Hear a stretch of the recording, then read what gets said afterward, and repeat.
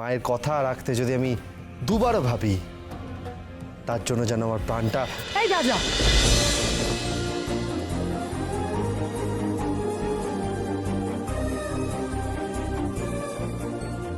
না না, এসব আবার কেন আন্টি? তুমি যে আমাকে এত ভালোবাসো, এটাই তো আমার জন্য অনেক। অনেকদিন পর দেখলাম তো, একটা কিছু দিতে ইচ্ছে করলো তাই দিলাম। নিয়ে নে নিয়ে নে, এটাকে আশীর্বাদ বলে মান। আচ্ছা আন্টি, রাজা কোথায়? ওর একটা জরুরি কাজ পড়ে গেছে, ওখানেই ব্যস্ত আছে।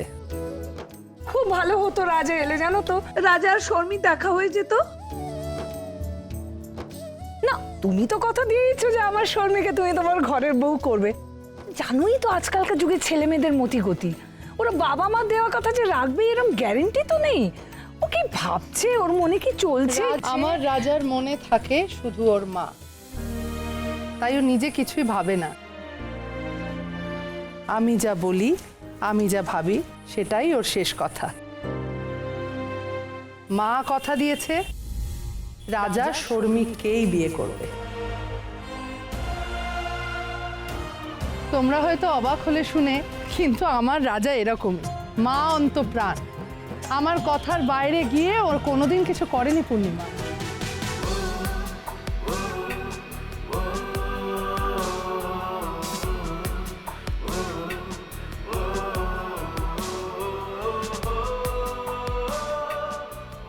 একটু ডাকো না রাজাকে ফোন করে, মানে ও কাজ শেষ হয়ে গেলে যদি একবার আসতে পারে।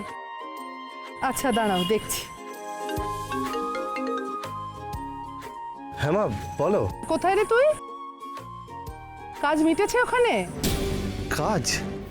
মা তো হোটেল খালি করানো হয়েছে কিনা জানতে চাইছে। কেস করেছে। কিরে, শুনতে পাচ্ছিস? হ্যালো? হ্যাঁ হ্যাঁ হ্যাঁ মা, হ্যাঁ মা, হ্যাঁ মা, কাজ কাজ হয়ে গেছে, কাজ হয়ে গেছে। আচ্ছা বেশ, তাহলে চট করে একবার সদরঘাটের লক্ষ্মী জনার্দন মন্দিরে আয় না রে। ঠিক আছে, রাখলাম। রাখছি।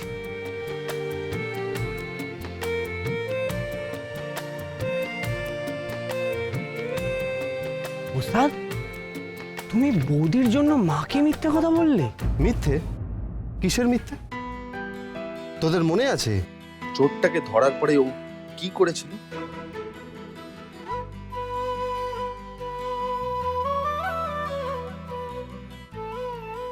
টাকা দিয়েছিল, টাকা দিয়েছিল বাচ্চাদের খাবার কিনে দেওয়ার জন্য।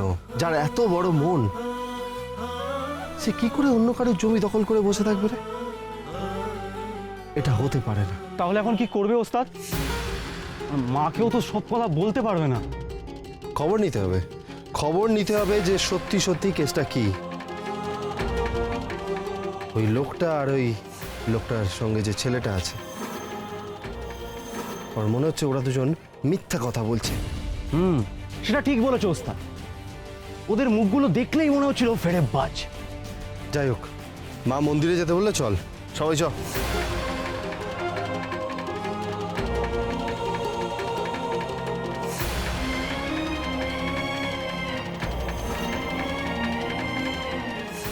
তোর আবার কি হলো রে লেটাই? কি ভাবছিস তুই? না মানে দেখো ওস্তাদ, কেউ না কেউ তো মিথ্যে কথা বলছে, আর সত্যিটা একদিন সামনে আসবে। আমার ঠাকুমা বলতো, একটা মিথ্যে বললে না, সেটাকে ঢাকতে মিথ্যের বন্যা বয়ে যায়। তুই এসব কথা এখন কেন বলছিস? না মানে আমার মনে হলো, তুমি মাকে যে মিথ্যে কথাটা বললে, সেটার জন্য পরে বড় কোনো ঝামেলা না হয়।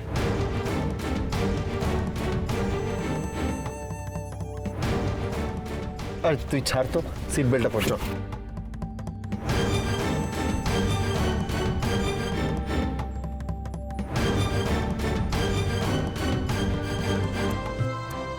পূর্ণিমা, আমার হবু বৌমা কোথায় গেল গো? ওই যে ও মন্দিরে ঢোকার আগে ভিখিরিদের কিছু দেবে দেবে করছিল, তা আমি বললাম আগে পুজোটা দিয়ে নে, তারপর না হয় দিয়ে দিস। ওখানেই গেছে বোধহয়। বাহ, খুব সুন্দর মনের মেয়ে হয়েছে তোমার পূর্ণিমা। ওই তোমার কথা শুনে শুনে একটু তোমার মতো হওয়ার চেষ্টা করে এই আর কি। ও যেমন আমার ওকে তেমনই পছন্দ।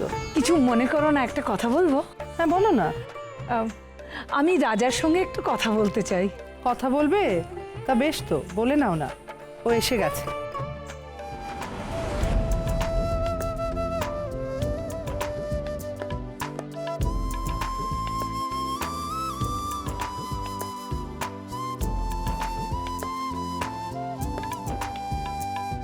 এই, আরে মন্দিরে এসে আমাকে প্রণাম করছিস কি?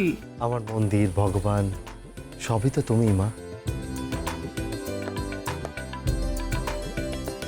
আচ্ছা দেখ তো চিনতে পারছিস কিনা।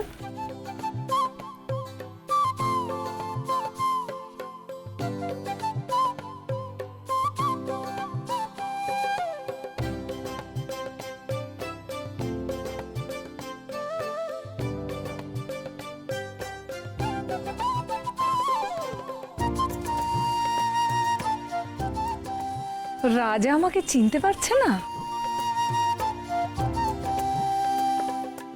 এই, চিনতে পারছিস না তুই?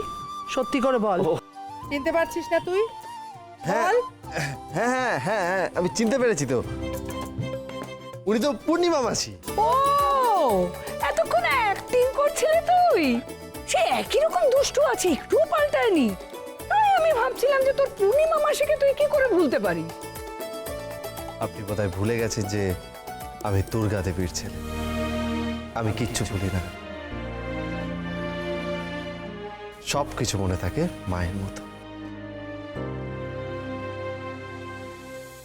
তাহলে পূর্ণিমা, আর কোনো সন্দেহ আছে? একদম না। সন্দেহ? কিসের সন্দেহ? আরে পূর্ণিমা তোকে অনেকদিন পরে দেখছে তো, তাই ওর মনে একটু সন্দেহ হচ্ছিল যে তুই এখনো আমার বাধ্য আছিস কিনা, আমার কথা শুনে চলিস কিনা। একটু বলে দে তো রাজা, তুই আমার কতটা বাধ্য? মা, তুমি একটু আস্তে করে বাঁ দিকে সরে যাও তো।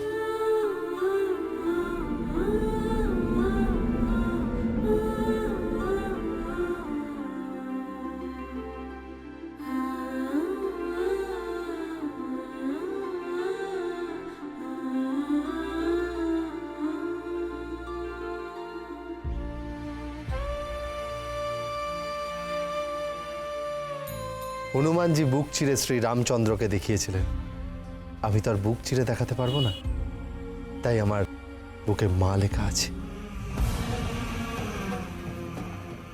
আমার মা মা দুর্গার থেকে কম কিছু নয়, তাই মায়ের কথা রাখতে যদি আমি দুবারও ভাবি, তার জন্য যেন আমার প্রাণটা।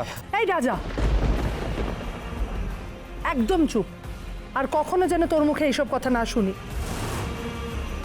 দুর্গা, তাহলে ওদের দুজনের এবার দেখা করিয়ে দি।